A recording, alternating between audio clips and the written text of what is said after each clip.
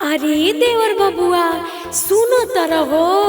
बोला जान तरह अब की बेरी तोहर भैया छठी पे ना आई है। काहे हो? और जितना छठी की जिम्मेदारी बा हाँ। जितना सर सामान ले आवे के बा सब रौरे के लिए आवे के बा। त का भइले भौजी तू झूठाही ना टेंशन ले ले बाड़ू। हम तोहर लहुरा देवर बटले नु बानी रहेने लियाओ एटीएम मैं छठ के तैयारी अकेले ही कर